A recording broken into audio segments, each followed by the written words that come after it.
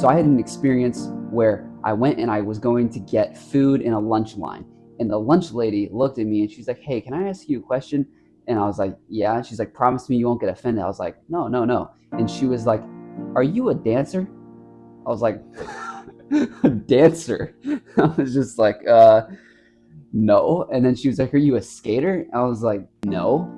And I was like, "What gives that off?" She's like, "Just the way you dress. You look like you'd be a really good skater." I was like, "Okay." I mean, I'll take it as a compliment. But it sparked this conversation in my head because I was like, she assumed what I was based off of how I looked in my posture and how I acted in the moment when I spoke to her.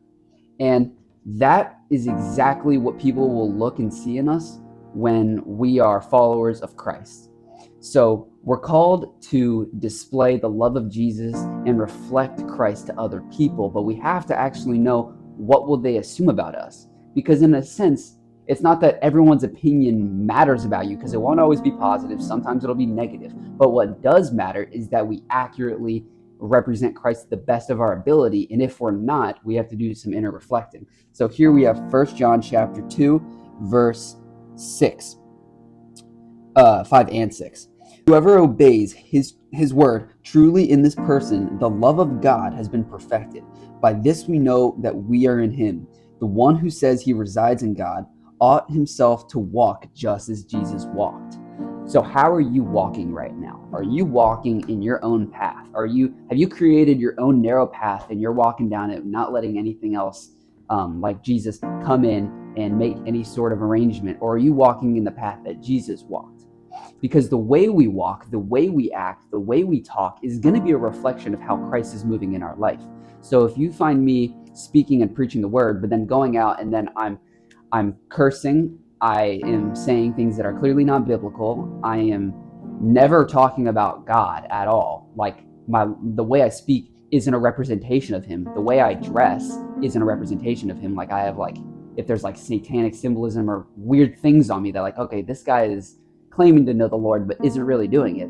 You have to really look inside and be like, is this how I'm actually supposed to be? Is this how God would really want me to be acting?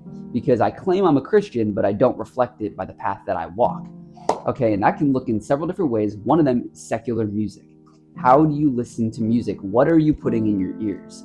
Are you listening to Travis Scott? Are you listening to like DaBaby? Are you listening to Playboy Cardi? Because so much of this satanic music has been normalized in society that now we just incorporate it every single day. And then people look at us and they're like, well, you're supposed to be reflecting the image of God because you claim to be a Christian, but you aren't doing so through your music.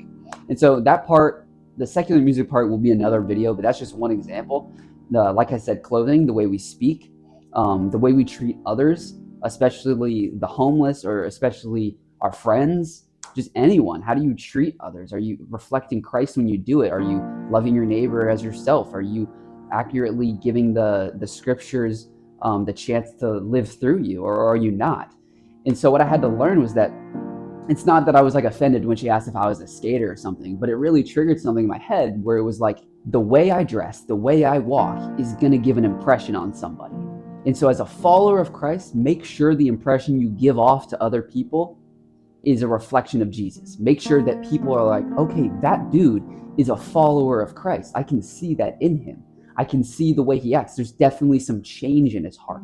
And the change is basically sometimes with old friends, you look at the change and you're like, okay, they were like this a year or two ago, now they're completely different. But for strangers, when they look at you and they're like, is this guy a follower of Christ or not, it's based on how you speak, what comes out of the mouth, what comes from the tongue.